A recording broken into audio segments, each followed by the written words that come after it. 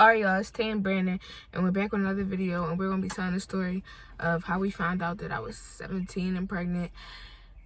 The video was highly requested.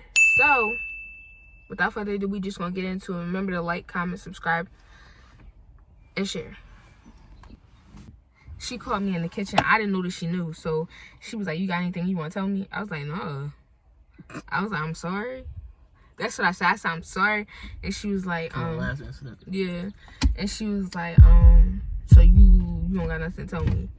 And she was like, "I seen it. I already know." And I was like, what? Did you know she was talking about? No, I was confused. I was like, what are you talking about? I thought she was talking about the situation from earlier. So I was like, okay, I don't know.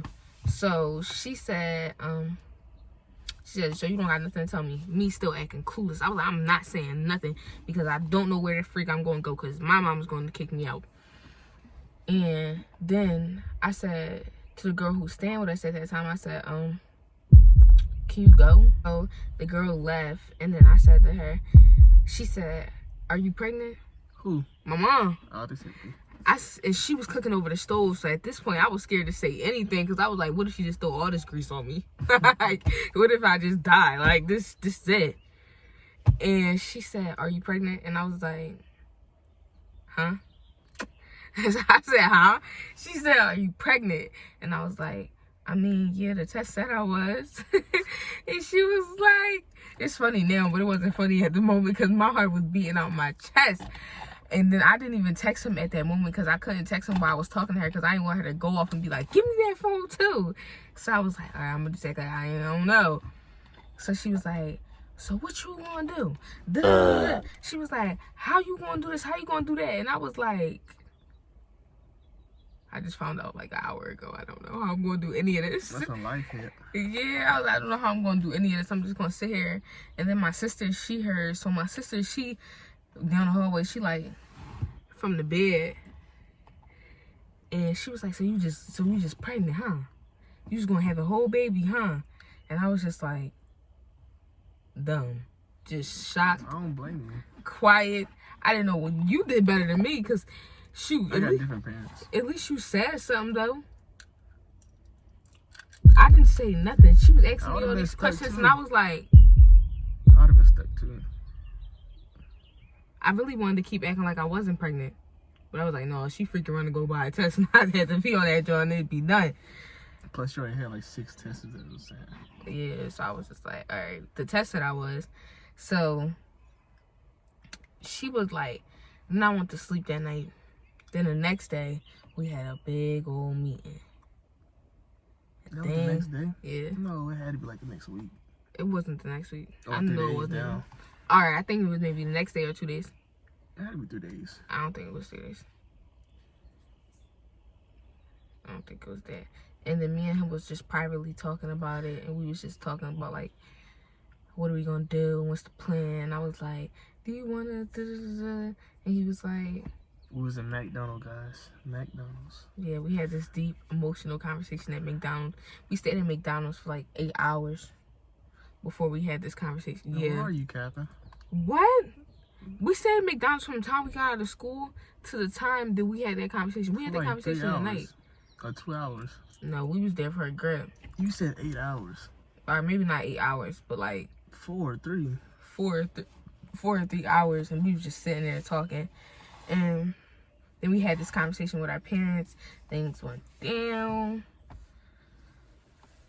I was crying. Things went down. You was not crying. Who wasn't crying? You was crying?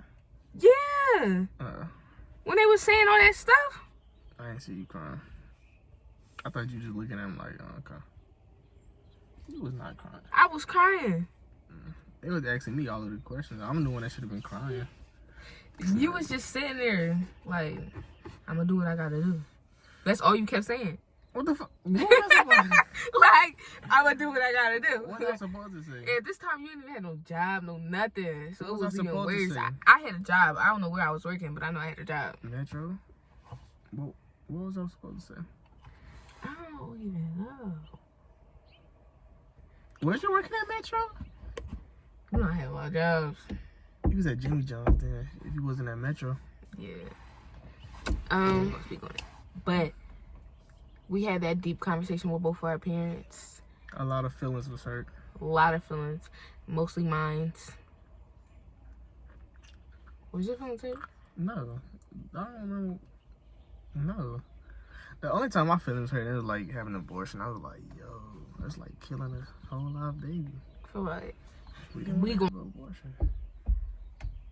Okay, we can. I was gonna put that in there. But yeah, at first that was like, that's what they thought that we should do, because they was like, y'all don't know how it is, y'all don't know what y'all plan is, what y'all gonna do. And me and him was just like, no, like that ain't what we wanna do. And this is like, now I can answer the question when I figured out that I loved you, because when you was the only person standing with me when everybody was like, yo, don't do it. And I was just like, all right, well. That's pretty much what you said in the last Q&A video, though. But I ain't answered it, though. You did. But I cut it out because the washer. Oh, okay. Someone's washing their car. So that's when I knew that I loved him, because I was like, yo, he stood with me when nobody else was standing with me. So I was like, all right. I'm so happy that he held to it, because I would have been looking pretty salty. But, then the next day, my mom came to the school, and I was so sad. I was on a bus, and I was just like, what she come to the school for? This is when she came to the school. When she told you, she came to the school, and she scared the mess out of me, because she was like, come to the office. I'm picking you up right now. Your clothes were, yeah. Yeah. Okay, yeah. So the next day, after this conversation, my mom thought that I packed my clothes and I had left and went somewhere. I don't know where sis thought I went, because I don't even know nobody down here besides his family and like the little bit family that I had. But I don't like, I wouldn't stay with them or nothing like that, and they lived dumb for. So she said, come to the office right now. I was mad. I had to walk all the way from 900 building to the front office. And if you know, that's a walk. There's a walk. It's a far walk, and I was sad. So I was like, oh my God. So she was in the front of the... I know your heart was probably I swear to God, she was in the front of the school. She was like, where you think you going? Where you put your clothes at? And I was like... was you doing transition? Yeah. And this is when I had seen Moody. Moody was looking at me, and he was like... Because I think you told him that I was pregnant. I don't remember. And then when he seen my mom talking to me, he just was like shaking his head. But he was like, like, I ain't gonna get into what y'all talking about, but hey. And she said, come on, we leaving. And we left the school, and I text you, I said, Mama picked me up, and you ain't think nothing of it. And I was so scared in that car. She had me go to the shop. She was talking to me. She did say she came from the shop all the way to the school. Mm-hmm. She had me go to the shop. So you know that place where we had that soup? She took me to get something to eat, right? And she was talking to me. And I don't know if it was anxiety, but I felt like my throat was closing. Like, you ever feel like you choking? She was talking to me. She was like, what do you want to do? You was in a hot seat. I was in a hot seat, and you wasn't there. I was going crazy. I was like, oh, ain't no way. I was like, I'm about to die. She was telling me, I just kept grabbing my throat. I was like, Mom. She was like, no, don't do that now. You should have been. Yo, she was going off. And I was just like, sis kept telling me, she was like, you going to have to figure somewhere else to stay. She kept saying this for like, how long was she saying that? For the longest. And I just kept going to sleep, and going to sleep. And then eventually one day she came in there, and this is when she was like, you're my daughter, so I got to support you in anything that you do and everything that you do. Even if it makes... Cece looked out though. Yeah, Cece looked out, and Cece was like, Mom, like, you being too hard on her. And so... Meanwhile, I'm living my best life. Just my mom don't even bring it up, so like just living his best life, like he ain't worried about it, because at the time he didn't have no reason to be worried about it, because we didn't know what he was gonna do. I was just scared to tell my dad, but once I told him, he was okay with it. My dad didn't cut me off. He don't even talking about he ain't a pop-up. So, you know, sperm doing freak you. Tay show him this. But my mom told him, Tay show him this. For real. Show him this. Freak you. Like, I really feel that way.